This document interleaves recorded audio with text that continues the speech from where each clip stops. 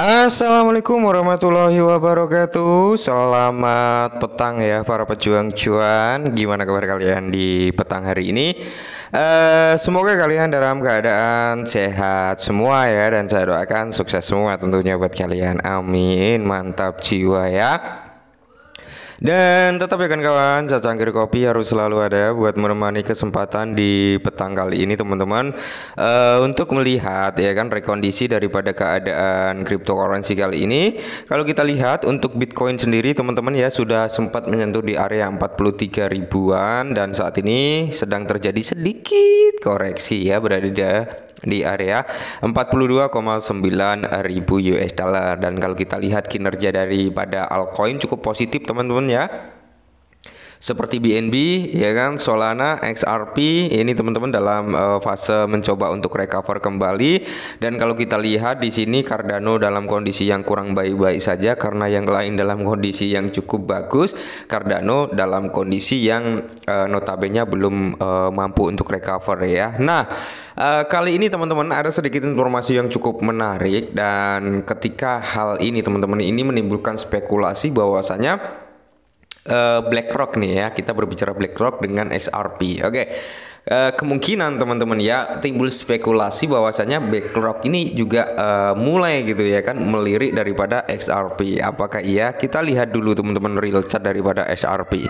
Nah, ini adalah chart daripada XRP dalam time frame daily ya teman-teman, yang dimana kalau kita lihat teman-teman ya, sebenarnya untuk XRP saat ini sedang tertahan ya di area yang dimana disebut dengan area demand teman-teman, yang menunjukkan bahwasanya antara permintaan dengan penjualan lebih didominasi dengan permintaan. Makanya ketika dia menyentuh di level 56 ya kan, di level 55 dia langsung terpantul kembali ke atas. Karena kalau kita flashback ke sebelah kiri teman-teman ya, ini di sini ada yang namanya rally base rally, makanya dia tertahan di area situ teman-teman ya.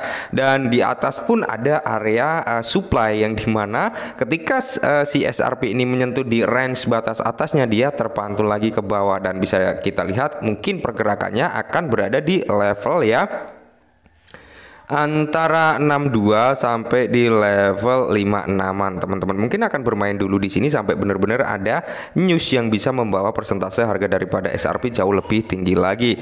Nah, yang perlu kita antisipasi adalah ya kan, karena dari teman-teman juga banyak yang bertanya, Bang, untuk masuk ke XRP apakah saat ini momen yang pas atau memang bisa koreksi lagi ke bawah. Nah, kalau menurut saya pribadi teman-teman, di range harga saat ini kita sudah bisa mulai melakukan DCA, karena dia berada di range batas bawah ya, yaitu di level 55 atau 56-an. Ini udah waktu gitu teman-teman ya untuk kita melakukan DCI.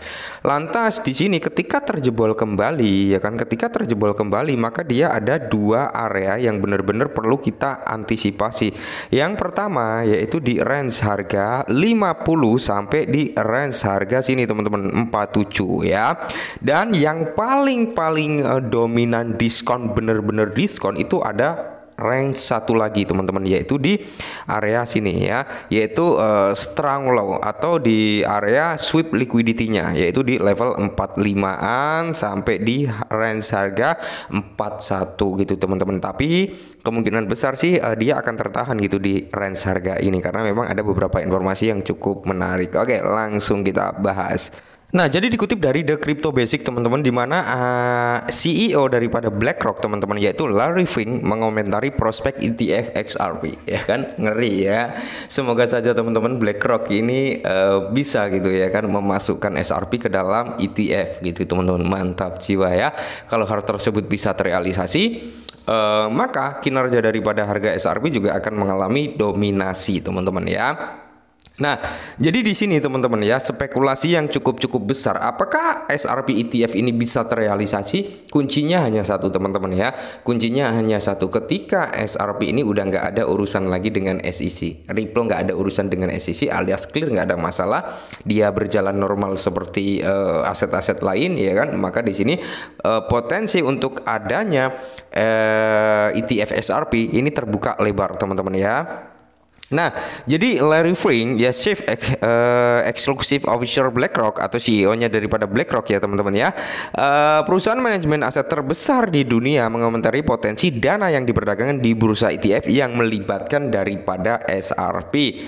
Jadi dalam wawancara baru-baru ini koresponden senior Fox Carlos ya Gaparino secara khusus bertanya kepada Larry Fink tentang prospek SRP ETF. Nah, pertanyaan ini muncul tentang persetujuan regulator Amerika Serikat terhadap ETF spot Bitcoin. Nah, jadi SRP ETF ini belum definitif teman-teman ya. Jadi Gasparino menanyakan tentang pendirian BlackRock terhadap kemungkinan meluncurkan dana yang diperdagangkan di bursa XRP dalam waktu dekat.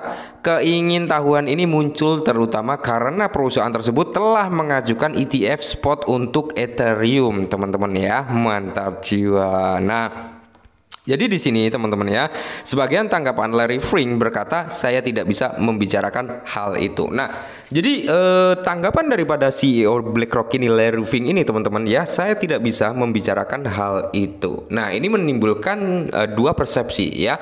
Ini persepsi positifnya kemungkinan besar ya kan BlackRock sedang mempertimbangkan hal tersebut ya, karena dia tidak langsung mengeluarkan statement tegasnya ya. Kalau memang BlackRock ini nggak mau gitu teman-teman, dalam tanda kutip nggak mau untuk mempertimbangkan ETF untuk SRP, mungkin dia berkata perusahaan kami tidak akan meluncurkan bla bla bla bla gitu. Bisa jadi langsung to the point seperti itu teman-teman ya. Nah, jadi menanggapi ucapan dari Larry Fink, anggota komunitas SRP menandakan positif ya tentang tanggapannya. Secara khusus mereka melihat pernyataan CEO daripada BlackRock yang tidak bersifat afirmatif maupun negatif sebagai sinyal bahwa masih ada ruang untuk dipertimbangkan sehingga memicu optimisme di kalangan penggemar SRP ya. Jadi kita masih ada peluang nih ya untuk dipertimbangkan daripada BlackRock.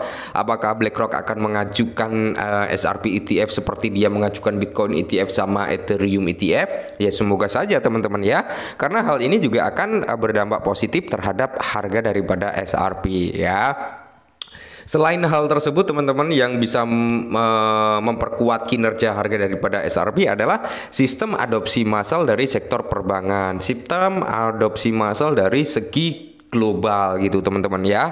Karena kita juga nggak bisa keluar dari konteks SRP konteksnya adalah untuk melayani ya tugasnya sebagai ranah pembayaran lintas batas. Ini yang sangat-sangat menarik teman-teman. Nah, sebelum seseorang eksekutif senior di Valkyrie, sebuah perusahaan yang berwenang untuk mendaftarkan ETF Bitcoin, menyarankan potensi munculnya ETF XRP mengutip pemulihan XRP yang dilakukan Grayscale baru-baru ini. Meskipun eksekutif Valkyrie menyatakan ketidakpastian mengenai pengajuan Valkyrie untuk ETF XRP, ia menggarisbawahi bahwa langkah seperti itu dapat dilakukan mengingat sifat pasar keuangan yang tidak dapat diprediksi. Nah, jadi di sini SRP ETF tidak dibutuhkan, masuknya gimana ya kan? Sementara itu beberapa tokoh terkemuka di komunitas SRP menganggap dana yang diperdagangkan di bursa SRP tidak relevan. Versan Al-Jarrah, pendiri BlackRock Swan Capital Street berpendapat demikian. Akan tetapi teman-teman ya, dia baru-baru ini berpendapat bahwa SRP dirancang untuk berfungsi sebagai mata uang dan bukan sebagai bagian dari ETF. Menurutnya ETF crypto spot hanyalah pengalih perhatian, menanggapnya sebagai undang terbuka untuk korupsi institusional ya. Ya, jadi persepsi orang itu berbeda-beda teman-teman. Kalau adanya ETF untuk SRP, saya sih yes teman-teman ya. Di satu sisi SRP itu diciptakan sebagai mata uang digital ya, yang melayani sektor perbankan nantinya gitu teman-teman ya. Bisa dikatakan SRP ini adalah central banknya cryptocurrency. Akan tetapi teman-teman ya, mumpung harga daripada SRP terutama kalian tetap harus dior ya, harganya masih di bawah $1, tidak ada salahnya kalau kita hanya memiliki 5-10 SRP atau bahkan bisa lebih. Tapi saya di sini nggak nyuruh kalian untuk beli, tetap disclaimer dulu ya kan. Saya nyuruh kalian beli, kalian gak disclaimer ada penurunan, kalian maki-maki saya, nanti tetap disclaimer teman-teman ya. Karena gini, kalian jangan mau untungnya aja tanpa memikirkan resikonya ya. Kalau kayak gitu bangke namanya ya kan. Kalian mau untungnya, kalian juga harus menerima resikonya gitu loh ya. Oke, mungkin ini dulu, semoga bermanfaat dan salam cuan.